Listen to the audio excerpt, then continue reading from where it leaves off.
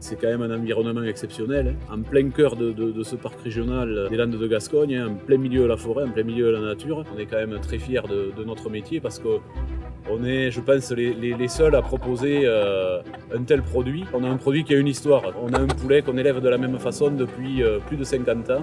Et ça, je pense que c'est quand même une marque de reconnaissance pour le consommateur. Je m'appelle Alain Gardeil, j'ai 48 ans. Je suis éleveur de poulets fermiers label rouge jaune des Landes. Notre mode d'élevage a été le premier label rouge en 1965. C'est vrai que le matin quand j'arrive, j'ai toujours le même cérémonial, donc voilà, on commence toujours par les mêmes bâtiments. Les poulets reconnaissent le bruit du tracteur. On a forcément une relation tout autre que dans un élevage beaucoup plus intensif. L'élevage du poulet fermier des Landes, pour moi, commence en fait le lendemain de la naissance des poussins.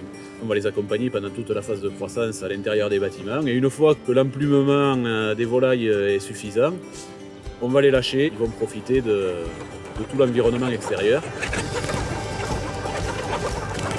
Contrairement à beaucoup d'élevages de volailles, en fait, le poulet fermier des Landes est en totale liberté et bénéficie d'un parcours illimité dans la forêt landaise, sans aucune clôture ni barrière. Je fais le tour des bâtiments pour vérifier évidemment qu'ils aient à manger, qu'il n'y ait pas de problème, notamment un manque d'eau.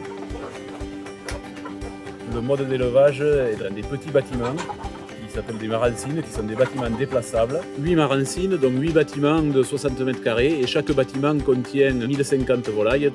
Après chaque bande de volailles, on déplace les bâtiments pour les remettre sur un terrain indemne, et elles ont simplement ces abris pour passer la nuit et pour venir se nourrir et boire.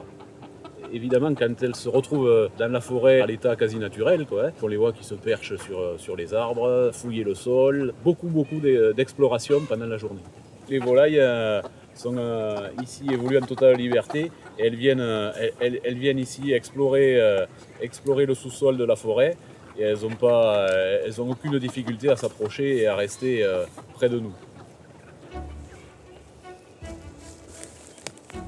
Le gros inconvénient, c'est qu'elles sont exposées aux prédateurs, notamment aux rapaces et surtout aux renards. Et donc forcément, ça occasionne des rencontres qui parfois sont assez dommageables pour la volaille.